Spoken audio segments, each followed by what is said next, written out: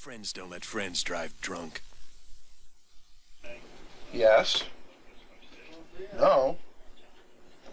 Third option. Oh, not again.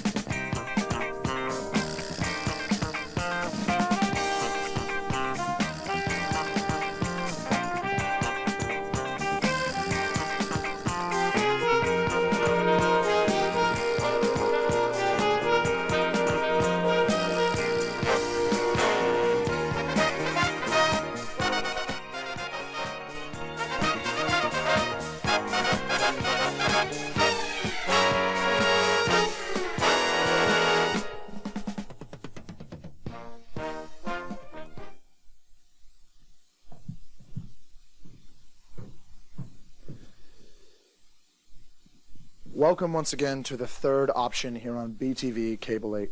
I really have to open the show once again with some more bad news. Not only is Ara not with us this week, but Chris isn't even with us this week. Again, really it's due to extreme budget cuts. We don't have a budget. You know, that's true.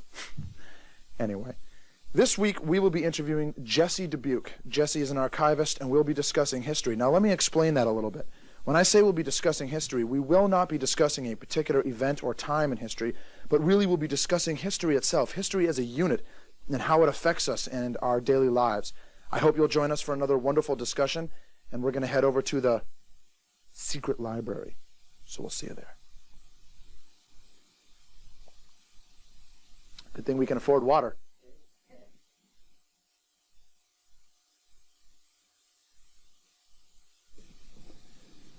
Welcome to the secret library. We're here with Jesse Dubuque, and like I always say, let's get started. Jesse, what is your definition of history? Well, a lot of people would say that history is just a collection of facts, names, dates, little details that go into what we conceive as history is everything that's in the past. Right. However, I think that history is so much more than just simple dates and key players and just things that you have to be tested on and know. Yeah, I agree. I think that history is so much more. It's the emotion, the romance, the psychology and sociology, and every human factor and quality that goes into who we are and what we do is history. It's just a reflection of the human race at that time. And it's just all... There's so much more than just that. There is. There's just so much more than just dates. To history. The places we've never been. Aye.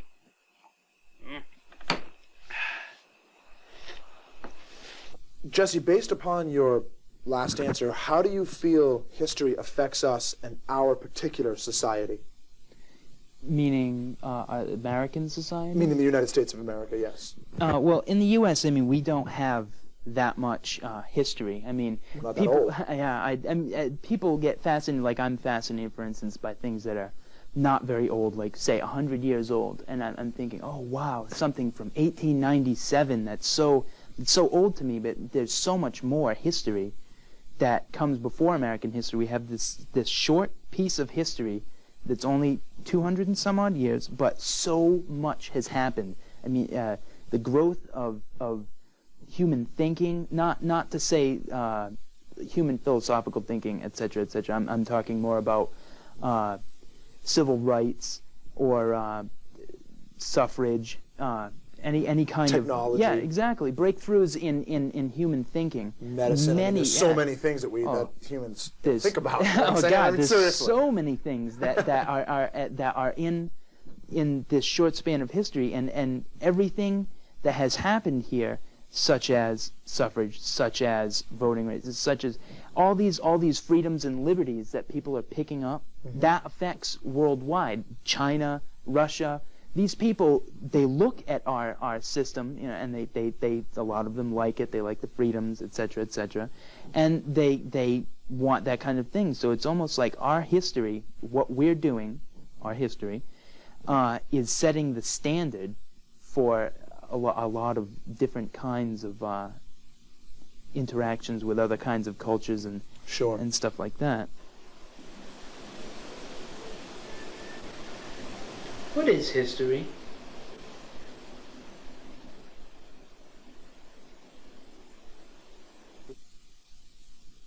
To what extent does destiny and fate play into history? Well, belief, I would say, of destiny and fate depends on an almost religious belief. Destiny and fate are constructs of non-predetermined will and all sorts of mythical connotations that go along with it. Because destiny and fate, I find personally, are almost like a supernatural force. I mean, because personally, I believe in. Actually, I don't even know. Destiny and fate. I like to say I believe in destiny and fate, and yet I also say I like to believe in the utter randomness in the universe, and time is as we make it, and the whole Black Road concept from Terminator 2. I mean, I know it sounds funny, but she made a good statement. Exactly. And certainly James Cameron is a director that shows us that history acts in two ways. Maybe it comes down to the belief of the individual, but at the same time, maybe it doesn't, and maybe history works unto itself.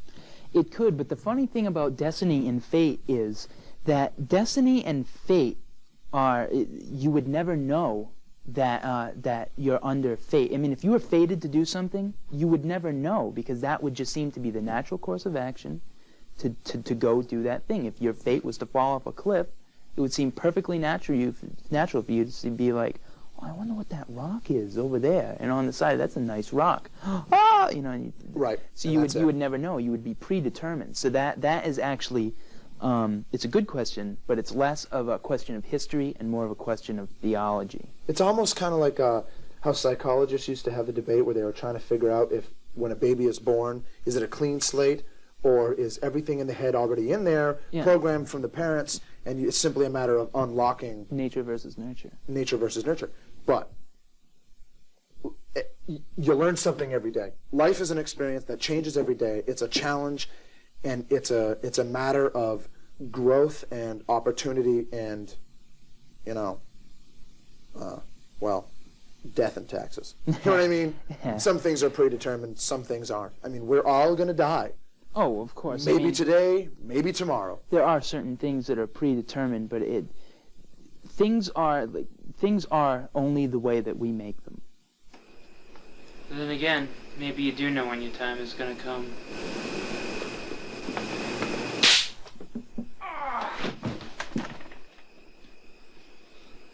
Is history only in the past?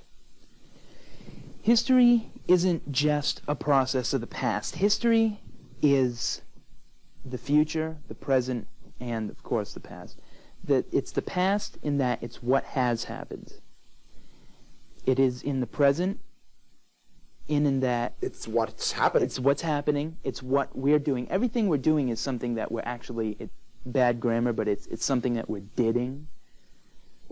Right. No, I understand Everything, what you're saying. yes. Something that It's everything we do is something that you'll say I've done. Yeah, that you've done. I've just picked up the glass. Oop, that's history.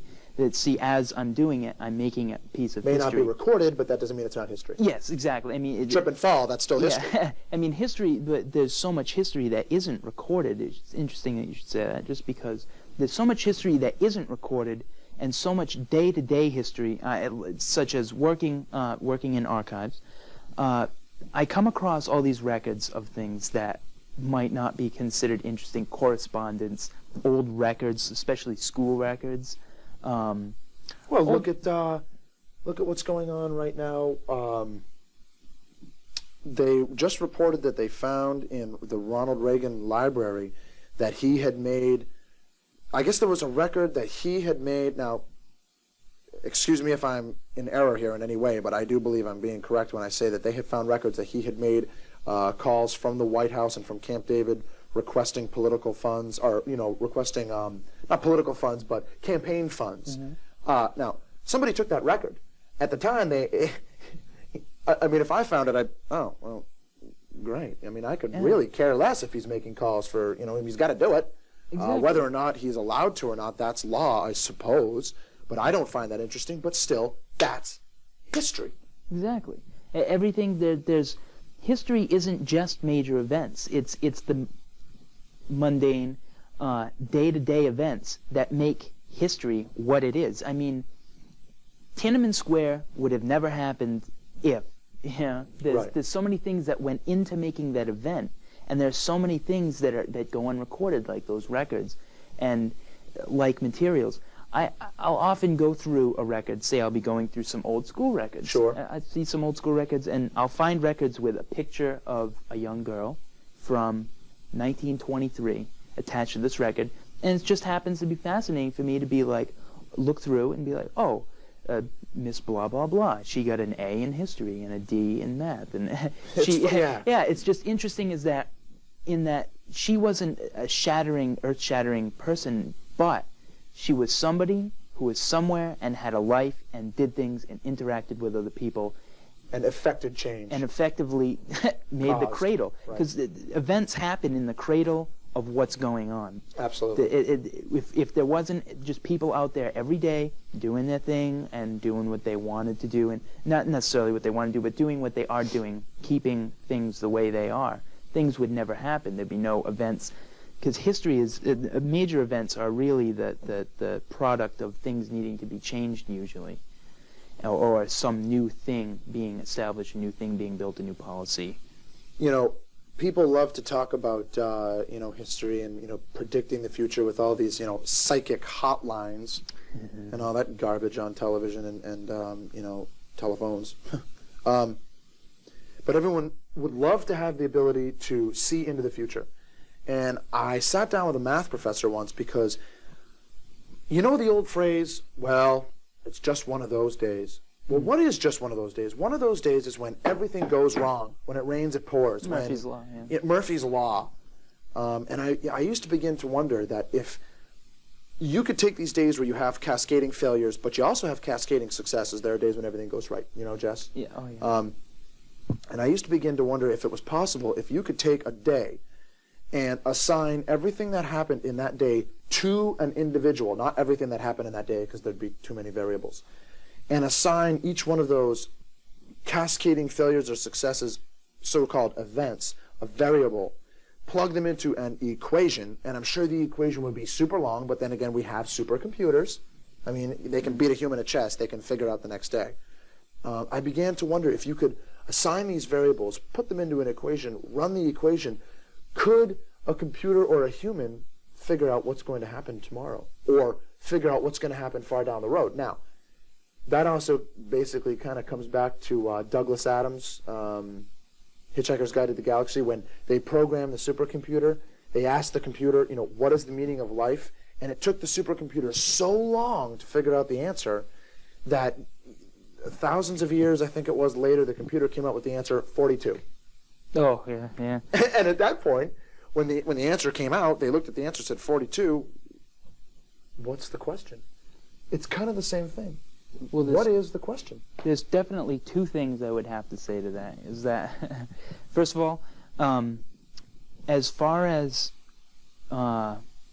the equation, which is very interesting theory, I think. I think that if you're asking for meaning or what will happen, I think that a computer would never be able to do it, only because there are certain questions about history and about what we do that a computer would never ask. I mean, it only uses the questions that this is what I need to know, this is relevant information. Yeah. I don't think a computer can program emotions at this point. No, neither do That's too much of a variable. It's too humongous. It is, it's and that's enormous. exactly what I mean. It's if you can't have something that's artificial. You can't ask something that was made by humanity to answer the question of why humanity was there. I mean, God didn't create humans to ask humans what he was. Humans can't create a computer and ask the computer what they are or where they're going to go. Yep. Second of all, I also think that humans, just going along with Murphy's Law, are an exercise in doing things that nobody expected to happen. Yeah. Everybody always does something that you're like, What? huh? I cannot believe you I just didn't did expect that. I can't believe that happened. I can't believe that these people put up with this, or I can't believe that those people didn't like this, so they did this. So I think that we're an exercise in no easy answers. I mean, just our very nature alone makes it. Oh. What do you have to do with history? You've heard the phrase that the winners write the history. Mhm. Now, if that's true, how much of the other side of history has been lost?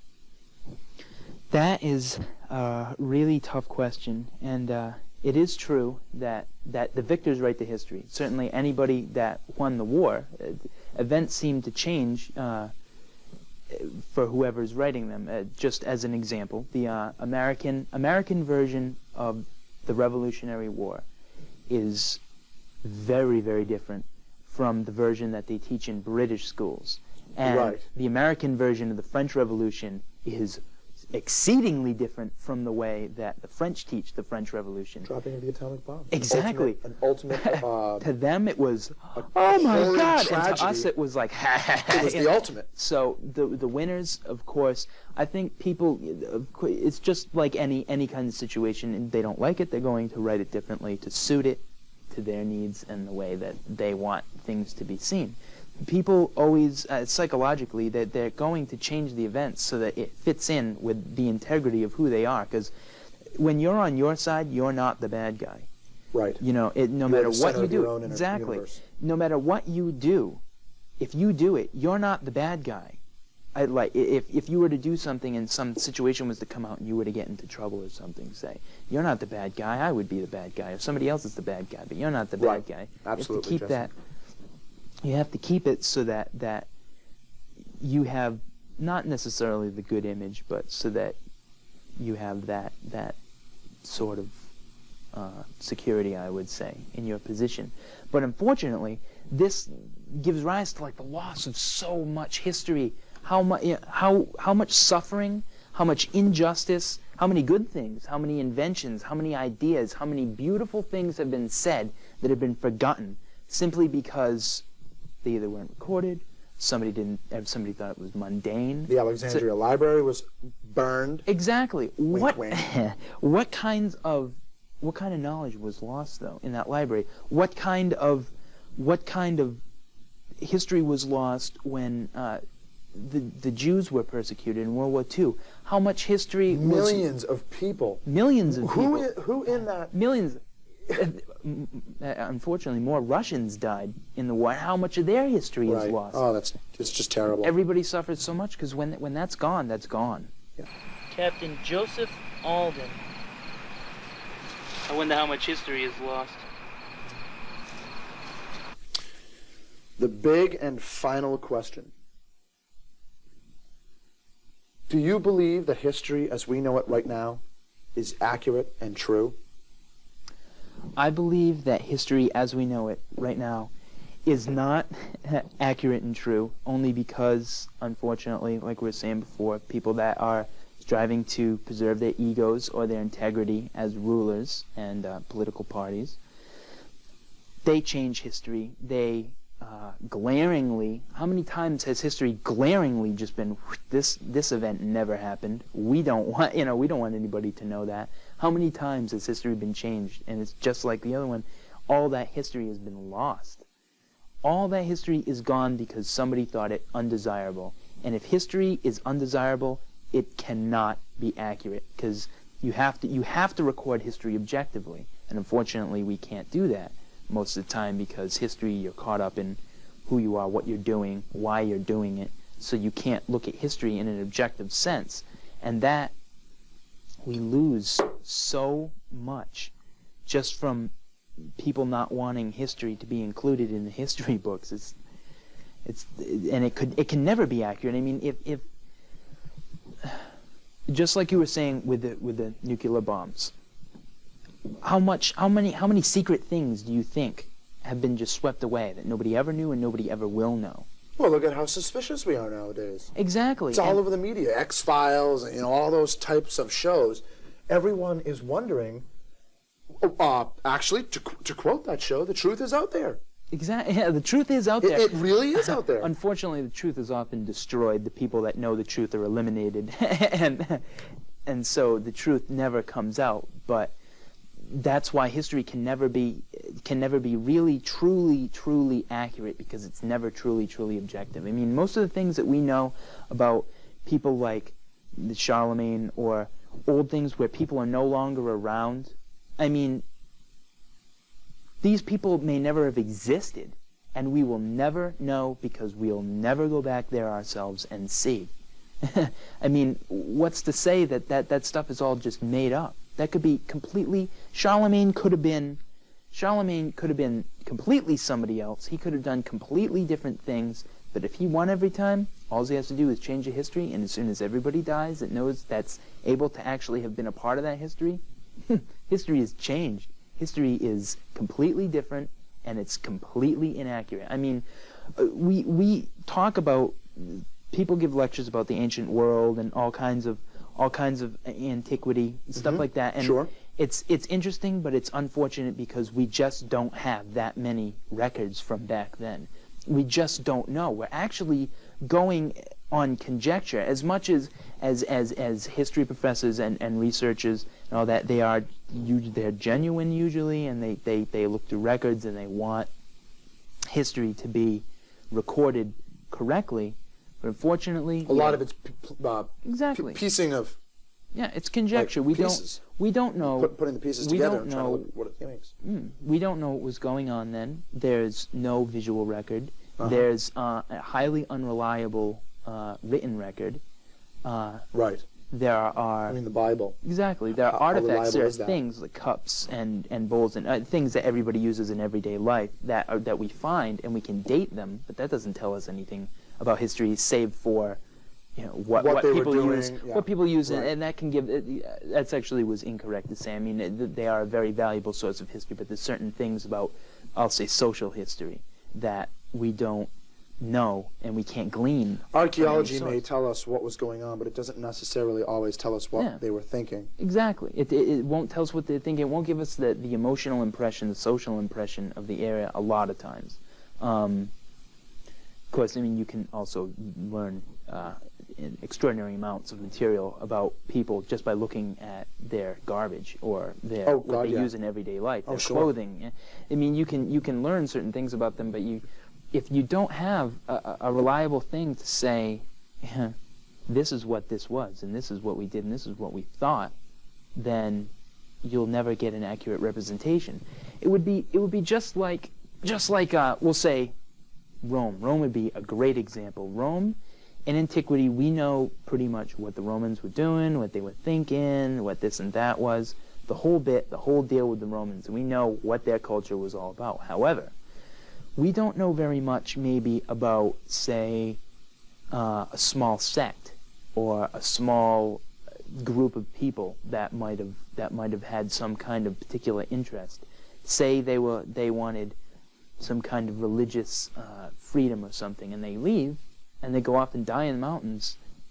That's a piece of history that we never ever know about. And maybe they confuse us by leaving some pottery in the mountains, and we're like, how did the Romans get 30,000 miles away on top of this mountain. Where did this base come from? Yeah. And we'll never know. And that gets lost to the ages, and it's very unfortunate.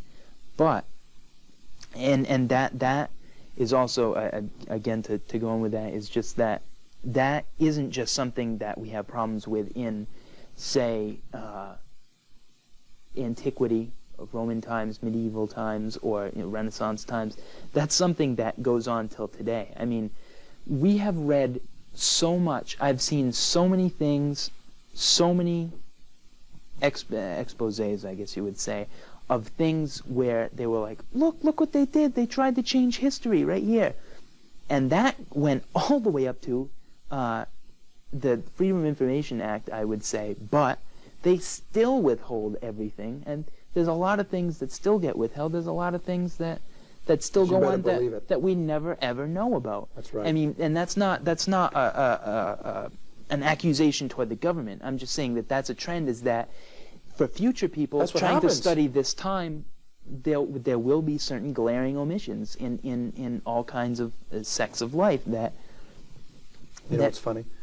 Is just to finish up, I heard a good quote once that I liked, and somebody said that thousands of years from now, archaeologists will remember the United States for two things: baseball and jazz. History is stuff that happened in the past, old stuff, and that's about it. Well, I hope you enjoyed that discussion today. I think we got some good points out there, and I hope that you'll take that from, wherever you're sitting now and discuss it with some friends, because history is very important. It certainly is what we are and who we are. And we're going to head back to the studio to finish up the show. But, Jesse, I'd like to thank you. That was wonderful. It was a pleasure. Good. I hope so. We'll see you in a few. Well, should we just talk aimlessly now? Or Yes, we should just talk aimlessly. That's the kind of thing that Yeah. everybody used to do Right. when they can't. Thanks for joining us again today on The Third Option. I'd like to thank Jesse once again. He was a wonderful addition to our show. I don't know what's going to happen next week. I don't know when the show will be on again. It's going to be kind of weird for a while because, with school back in session and everything. Hopefully Chris will join us again. If not, maybe we'll be looking for a new co-host, and you can always call down to the studio if you're interested in being my co-host and working for free. However, next week we'll see what happens, and I hope you'll join us again. Thank you very much. All right, that's a wrap. Hey, we only got 2 minutes. Come on.